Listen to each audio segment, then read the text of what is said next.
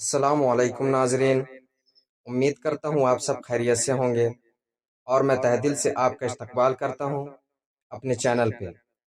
میرے بھائیوں، اس سے پہلے کا حصہ ہم نے بیان کیا حضور صلی اللہ علیہ وسلم کا واقعہ۔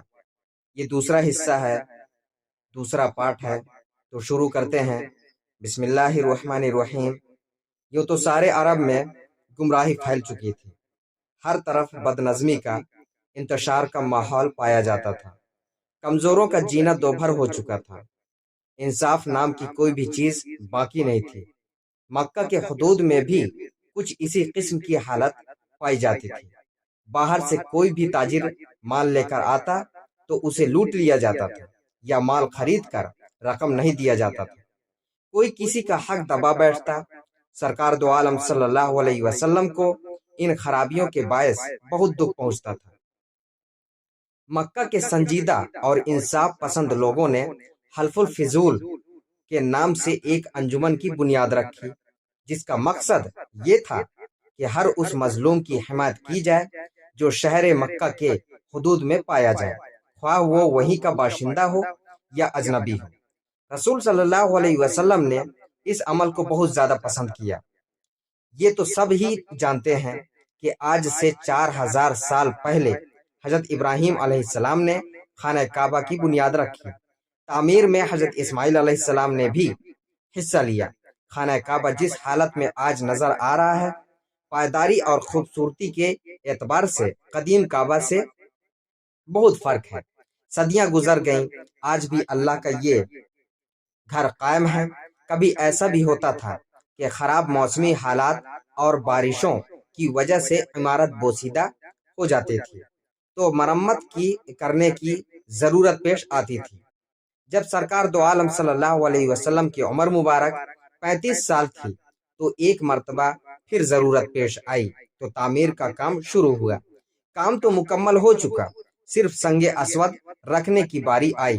سنگ اسود رکھنا ہر شخص کے لیے ایک اعلیٰ اعزاز تھا۔ سرداروں میں سے ہر شخص یہ چاہتا تھا کہ یہ سعادت اس کے حصے میں آئے۔ اس کے لیے لڑائی جھگڑے کی نوبت آ چکی تھی۔ بعد میں اتفاق رائے سے یہ بات منظور ہوئی کہ اگلے روز صبح سویرے سب سے پہلے جو شخص صحن کعبہ میں داخل ہوگا، وہ جو فیصلہ کرے گا ہم مان لیں گے۔ دوسری صبح سرکار دو عالم صلی اللہ علیہ وسلم کو صحن کعبہ کی طرف آتے ہوئے دیکھ کر سب نے ایک آواز ہو کر کہا، صادق آ گئے، امین آ گئے۔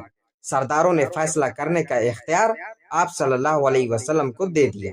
آپ صلی اللہ علیہ وسلم ثالث مقرر ہوئے۔ آپ صلی اللہ علیہ وسلم نے ایک چادر منگوائی۔ درمیان میں آپ صلی اللہ علیہ وسلم نے اپنے مبارک ہاتھوں سے سنگ اسود رکھا اور اس کے کونے سرداروں سے پکڑوا کر حجر اسود کو خانہ کعبہ تک لے گئے، اس کی یہ جگہ پر رکھ دیا۔ آپ صلی اللہ علیہ وسلم کے اس منصفانہ فیصلے کی سب نے تعریف کی۔ رسول اکرم صلی اللہ علیہ وسلم کا ہر لمحہ اور ہر وقت عبادت الہی میں گزرتا تھا۔ آپ صلی اللہ علیہ وسلم ہر کام اللہ کی مرضی کے مطابق کرتے تھے۔ ایک مرتبہ کسی صحابی نے حضرت عائشہ سے دریافت کیا کہ آن حضرت صلی اللہ علیہ وسلم کے بارے میں کچھ فرمائیے۔ اما عائشہ نے فرمایا، آپ صلی اللہ علیہ وسلم کی زبان پر ہر لمحہ اللہ کا ذکر رہتا تھا۔ مکہ معظمہ سے 3 میل کے فاصلے پر ایک پہاڑ ہے، یہاں ایک غار ہے۔ یہ جگہ بالکل سنسان ہے، یہ غار ہیرا کے نام سے مشہور ہے۔ اللہ کے رسول صلی اللہ علیہ وسلم کئی دن تک اس غار میں گزارتے، اللہ کا ذکر کرتے اور عبادت میں مصروف رہتے۔ آپ صلی اللہ علیہ وسلم ذکر الہی میں مشغول تھے کہ اچانک ایک نورانی جسم نمودار ہوا۔ یہ جبریل علیہ السلام تھے۔ فرشتے نے کہا، پڑھ۔ آپ صلی اللہ علیہ وسلم نے کوئی خیال نہیں کیا۔ ایسا معلوم ہوتا تھا کہ کوئی آپ صلی اللہ علیہ وسلم کو پوری قوت سے دبا رہا ہے۔ پھر آواز آئی، پڑھ۔ آپ صلی اللہ علیہ وسلم نے فرمایا، میں کیا پڑھوں؟ جواب ملا، پڑھ اپنے رب کے نام سے جس نے کائنات کو پیدا کیا اور انسان کو خون کے لوتھڑے سے پیدا کیا۔ پڑھیے، آپ کا رب بڑا کریم ہے جس نے قلم کے ذریعے تعلیم دی انسان کو وہ علم دیا جو وہ نہیں جانتا تھا۔ یہ پہلی وحی تھی جو آپ پر نازل ہوئی۔ آپ صلی اللہ علیہ وسلم منصب رسالت پر فائز ہوئے۔ اللہ کے رسول گھر تشریف لائے۔ حضرت خدیجہ رضی اللہ تعالی عنہ سے غار حرا میں جو کچھ ہوا آپ صلی اللہ علیہ وسلم نے سنا دیا۔ حضرت خدیجہ رضی اللہ تعالی عنہ نے جیسے ہی آپ صلی اللہ علیہ وسلم کی زبان مبارک سے سنا فوراً ایمان لے آئیں اور فرمایا، خدا کی قسم اللہ تعالیٰ آپ صلی اللہ علیہ وسلم کو کبھی رنجیدہ نہیں کرے گا۔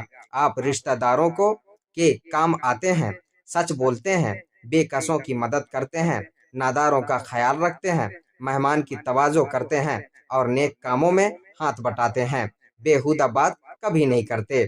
حضرت خدیجہ رضی اللہ تعالی عنہ آپ صلی اللہ علیہ وسلم کو اپنے بھائی ورقہ بن نوفل کے پاس لے گئیں اور واقعہ بیان کیا۔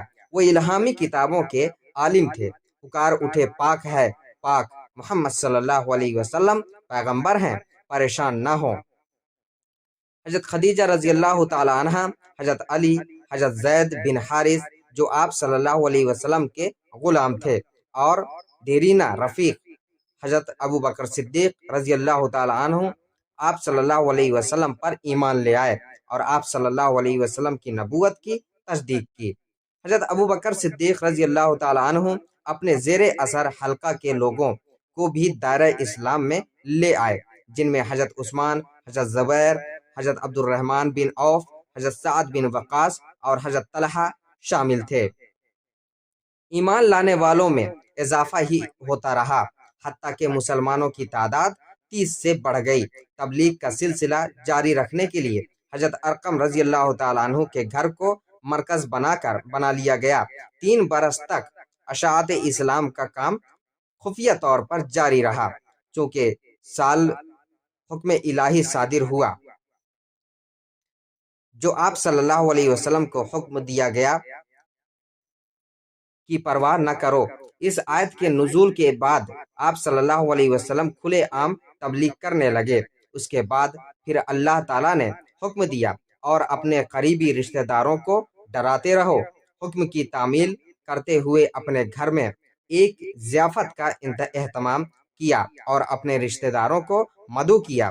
کھانے کے بعد آپ صلی اللہ علیہ وسلم نے تقریر کرتے ہوئے فرمایا، میں وہ چیز لے کر آیا ہوں جس میں دنیا اور آخرت دونوں میں بھلائی ہے۔ پھر آپ صلی اللہ علیہ وسلم نے مہمانوں سے پوچھا، ایک نیک کام ہے، اس میں کون میرا ساتھ دے گا؟ مجلس میں خاموشی چھا گئی، جواب کسی نے نہ دیا۔ اچانک حضرت علی اٹھ پڑے اور فرمایا، میں عمر میں کمسن ہوں، لیکن میں آپ صلی اللہ علیہ وسلم کا ساتھ دوں گا۔ حضرت علی رضی اللہ تعالی عنہ کے کہنے پر لوگ ہنس پڑے، کچھ نے تو مذاق بھی اڑایا، مجلس برخاست ہو گئی۔ ایک اور موقع پر آپ صلی اللہ علیہ وسلم نے عزیزوں کو متوجہ کیا۔ آپ صلی اللہ علیہ وسلم کوہ صفا پر چڑھ گئے اور قریش کے لوگوں کو ہر ایک کا نام لے لے کر پکارنا شروع کیا۔ جب سب جمع ہو گئے تو آپ صلی اللہ علیہ وسلم نے ارشاد فرمایا، لوگوں، اگر میں تم سے یہ کہوں کہ اس پہاڑ کے پیچھے ایک مسلح لشکر جمع ہے اور تم پر حملہ کرنے والا ہے تو مجھے سچا سمجھو گے؟ لوگوں نے جواب دیا، تمہیں صادق اور امین پایا ہے تو جو کچھ کہے گا سچ کہے گا۔ آپ صلی اللہ علیہ وسلم نے فرمایا، تم کو ایک خدا کی جانب بلاتا ہوں، اور تمہارے دلوں میں جو وہم ہے میں اسے دور کرنا چاہتا ہوں۔ میں تمہیں خبردار کر رہا ہوں کہ کفر و شرک سے باز آ جاؤ، ایک خدا پر ایمان لاؤ، ورنہ تم برباد ہو جاؤ گے۔ تم اس دن سے ڈرو جب خدا کے سامنے حاضر ہو کر اپنے اعمال کا حساب دینا ہوگا۔ قریش آپ کی زبانی حق بات سن کر حیران رہ گئے اور باپ دادا کے دین اور بت پرستی کے خلاف آواز سن کر طیش میں آ گئے، اور آپ کے چچا ابو لہب غضب ناک ہو کر کہنے لگے، کیا اسی غرض سے تو نے ہم سب کو جمع کیا؟ تو رسوا ہوگا۔ تو میرے بھائیوں، آج کے لیے بس اتنا ہی۔ امید کرتا ہوں کہ یہ ویڈیو آپ کو ضرور پسند آئی ہوگی۔